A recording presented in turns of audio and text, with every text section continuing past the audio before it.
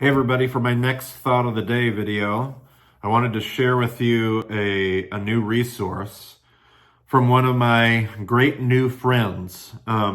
You'll probably end up hearing from Ashlee, I would bet, on a future Bema podcast episode, probably in season 9 coming up.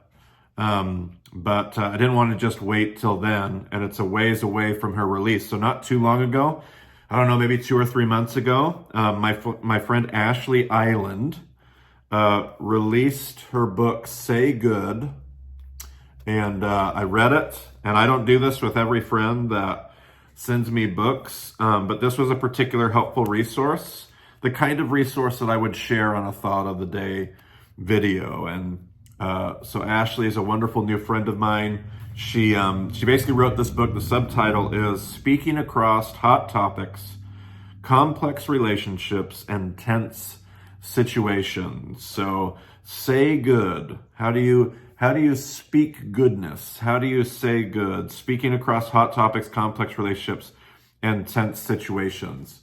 And this has been one of those years, another election year, an election cycle, another year where I think we have been and will go home for the holidays and wonder what it means to sit around tables with people that we love intimately and also disagree with. And that's in a lot of ways what this book is about. Now, Ashlee writes from a particular context. She's a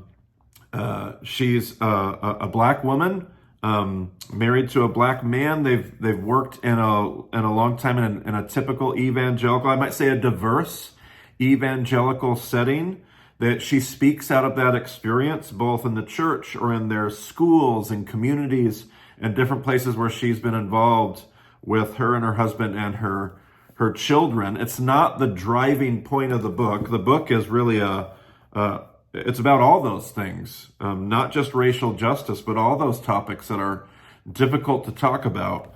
And basically she talks about, how do you do that? How do you do that? Because sometimes the answer is yes, and sometimes the answer is no. She talks about that in this book. When do you say something, and when do you choose not to say something, and why? And so there's a basic setup in the book, and then she structures the book around four parts, I think she calls them pillars, 4 pillars that she finds important when it comes to having tough conversations. She'll have 3 chapters on passion. What is your passion, and how are you wired? What are the things that you're passionate about? And are you responsible for the things that you're not passionate about? Accountability. How do we have accountability? How do we hold people accountable? And how are we held accountable in these conversations? Influence. What part does influence play in these conversations? And then relationship, and the priority of relationship. And so she talks about that. I just thought the resource was super helpful, very practical.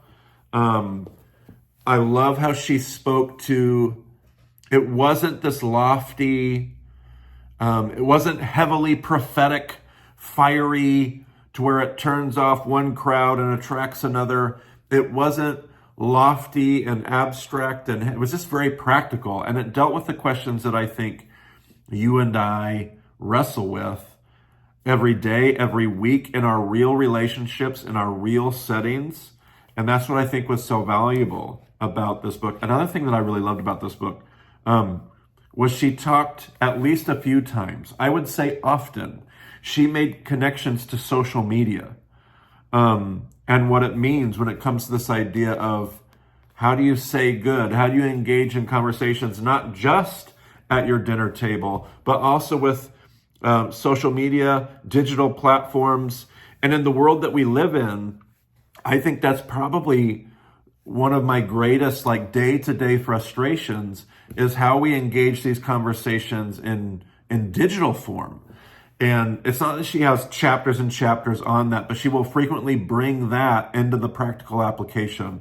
And she has a presence online that I think she uses very strategically and very well.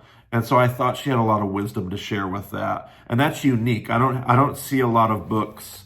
We might have a passing comment here or there, but not a lot of books that talk specifically about what that might mean for your Instagram post, what that might mean about what you would or wouldn't say on Facebook or any of those kind of things. And so I just thought the book was just a really helpful tool. I will often use my thought of the day videos to talk about what I'm reading and what I'm finding useful. And I know a lot of people have bought books because of my YouTube channel and invested in resources. And I wouldn't call this, this book may challenge some of us. But when I say it's not prophetic and fiery, I just mean it's not overly done. It will challenge you. It will challenge any of us. So don't let me mislead you. But I thought the book was really, well, it was exactly what it set out to do. It's a book about having conversations, tough conversations in tough spaces.